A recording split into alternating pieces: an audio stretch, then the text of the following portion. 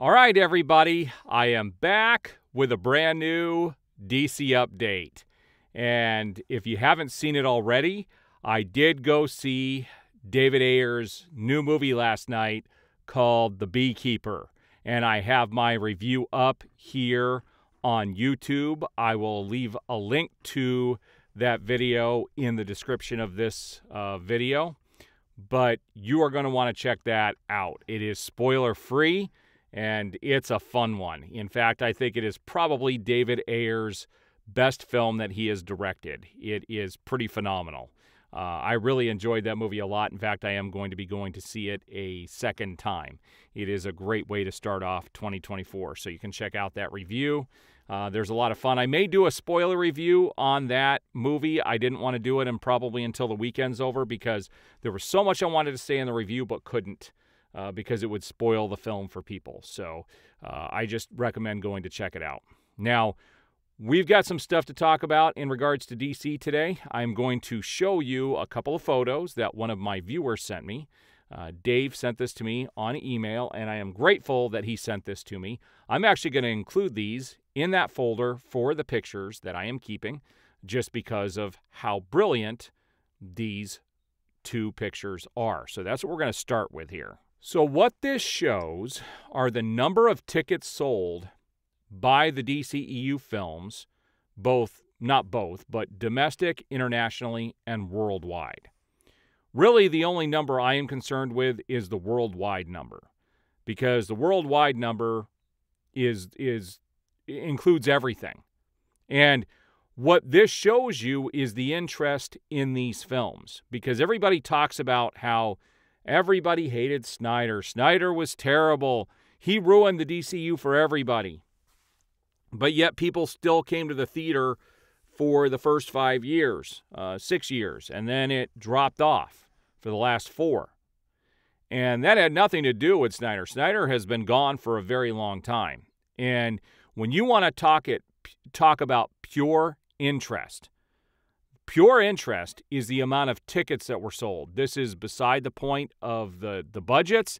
It's beside the point of the gross, because the more people that go see it, there's more interest, which means more merchandise is being sold. There's a whole ecosystem behind that, more comic books, more toys, more everything.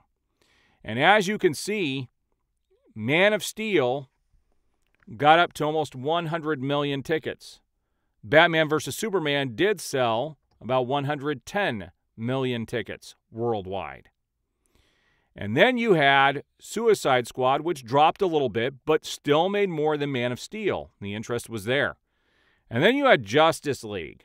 And I thought Justice League came out after Wonder Woman. Am I wrong about that? I could have sworn Wonder Woman was first. I'm pretty sure Wonder Woman was first. But you can see with Wonder Woman, the interest went back up, and it didn't make as much as Batman vs. Superman, but it made more than Suicide Squad and Man of Steel. And then there was a drop-off with Justice League, which made the least amount of money out of all of those films. And that was because the movie was toyed with. And then you have Aquaman. Got up to almost 140 million tickets sold worldwide. And it does break it down by domestic, international, and worldwide. And for domestic, that does mean in the U.S. And you can see that the numbers still match the interest for those films. And it's pretty crazy that they had everything in their hands, because after you see Aquaman, everything took a massive, massive nosedive. And I don't think Shazam and Birds of Prey came out during the pandemic, but I know Wonder Woman 84, the Suicide Squad did, and then there was Black Adam. The thing about the Suicide Squad, though, and Wonder Woman 84 is that you could watch these at home or in theaters, and people didn't. Wonder Woman got streamed like crazy, but the Suicide Squad did not get as many streams. And unfortunately, HBO Max has never released the real numbers, but people didn't want to go see those films, and they didn't want to stream them. The physical sales didn't do well either on Birds of Prey or the Suicide Squad. The other films did better, and especially Black Adam did really well on physical sales and continues to do really well. And you can see that the interest started to come back with Black Adam. It made more than Shazam did. Not worldwide, but domestically it did. And so the interest was higher, okay? The people started to come back where they just had no interest in what came before.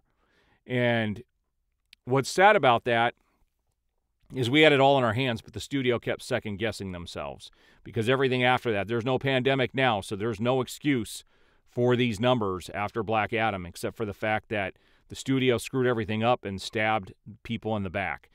Here's another graph that shows you the actual tickets sold.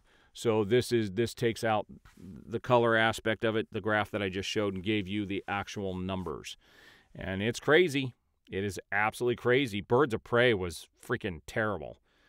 And nobody asked for that film. Nobody wanted it. And then you can see Shazam 2, man alive. To think that that was the worst is crazy. That film, I really did not enjoy that film at all. Blue Beetle I enjoyed more than I did Shazam 2. But nobody cares about these movies. And then Aquaman will be at the end, but that remains to be seen because it is still ongoing at the theater. All right, so let's take a look at some other photos, guys. So the first photo I wanted to show here was, Warner Brothers Discovery made 2 big moves this last week. And big moves usually affect stock quite drastically because when Zack Snider's Justice League came out, their stock rose to the highest level ever for that day that it got released and the day after, and then it dropped off after that. And Warner Brothers Discovery made 2 big announcements this last week. One, that they had acquired, Tom Cruise, and 2, that they sold off $9 million worth of shares for tax purposes. This has not helped their stock at all. It continues to drop. This was numbers as of yesterday. It's not helping. The investors are only going to put up with this for so long, guys. Now, this is a response from James Gunn in regards to the Supergirl casting that I shared yesterday. And I want to talk about this because this is the biggest cop-out that I've ever seen. He said it's difficult to debunk stories that are fake. So he's telling us that that story is fake, but with some element of truth, meaning, okay, there's definitely some truth in there.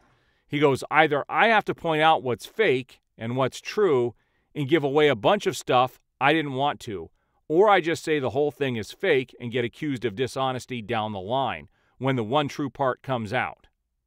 Anyway, there's a couple of those stories around recently. So I'm assuming he's mainly talking about the Supergirl casting. Now, here's the funny thing about this. He specifically has come out and said, information is not going to leak from anybody but myself and Peter Safran. We're the only 2 that know what's going on. So then who's leaking all this stuff? Now, some people said it's some people on Reddit. But here's the thing. We all, as actors, you have to sign NDAs when you go into audition where you won't talk about it unless they give you the green light to do so. And I don't think that their agents are going to be stupid enough to threaten their livelihoods by leaking this stuff to, these people who are putting this stuff out there. So obviously he has a leak going on in his own camp. So maybe he needs to figure that out first because there's too many of these things that actually happen where he's debunked them and then later we find out it was true that those people did audition. So it's not just coming from James Gunn and Peter Safran. Obviously, there's other people in the know that are leaking this stuff and it's causing him problems. He's better off just not addressing this stuff at all. In fact, he should stop communicating with people altogether. Now, James Gunn posted this. I actually joined Threads yesterday to see what he is posting. And this is from Peacemaker, a character that was actually killed in Peacemaker. And people are assuming this character will be coming back. This looks like nothing but CGI. That doesn't even look like a real photo. But you can see how ridiculous the costumes are. Everything about Peacemaker was ridiculous. And they're working on a season 2. Now, this is a very good point. So Mr. Nobody actually pointed this out yesterday. He said, how is the CEO of a company who is writing a movie, directing it, writing a TV series, and rebooting a franchise so terminally online? Does he even work? Meaning, James Gunn is spending too much time online when he needs to be focusing on the things he is doing, and he was never hired to direct, write, and do all of this. He was hired as a co-CEO with Peter Safran. This isn't what he was supposed to be doing. He was supposed to be overseeing everything, but he's doing everything. Now, this is ridiculous. I did not share this on Instagram, or not Instagram, on Twitter, because I'm not going to promote this book. I am going to show it in this video to show you how sick and demented. There are people out there who are obsessed with Snider, like, to the point where this is unhealthy, guys. Like, seriously. This Alex J. Casey, he might want to seek help. He is writing a whole book on the supposed Snider cult. And we're going to see what this says and what this individual wrote. It says, beyond the rumors and hashtags lies a dark secret. The terrible reality that gave birth to this mythic fandom is more than some can stomach and wilder than any fiction. Will you peer beyond the facade and face the truth? Will you unmask the Snider cult? This book will uncover the verity of the Snider bots, the twisted origins of the Sniderverse, and unravel the hierarchy of Zack Snyder's esoteric DC universe. And unravel the hierarchy of Zack Snyder's esoteric DC universe. Ridiculous, guys. It says the Snider Cult book will be available on Android Books this Monday, the 15th, and on Apple Books Plus and Barnes & Noble eBooks next Monday, the 22nd, with a physical copy coming out on Amazon. Who's going to even read this? This book is not going to do well. This is absolutely ridiculous. This show, for the fact that somebody put the time to put this together to try and sell it and make money, there's something wrong with them. They're sick and demented. They need help. The amount of comments that I get on Twitter and on YouTube about being a Snider cultist and all kinds of stuff, it's like that's all these people see. It's all that they hear in their heads. They are damaged individuals that need to get help. All right, guys, so there's the DC update for the day. As more information gets released, I will continue to do these updates. I do appreciate all the support. If you haven't already, like the video, subscribe, and hit that notification bell, and you will be notified as I have new videos go up. We will see you on the next one.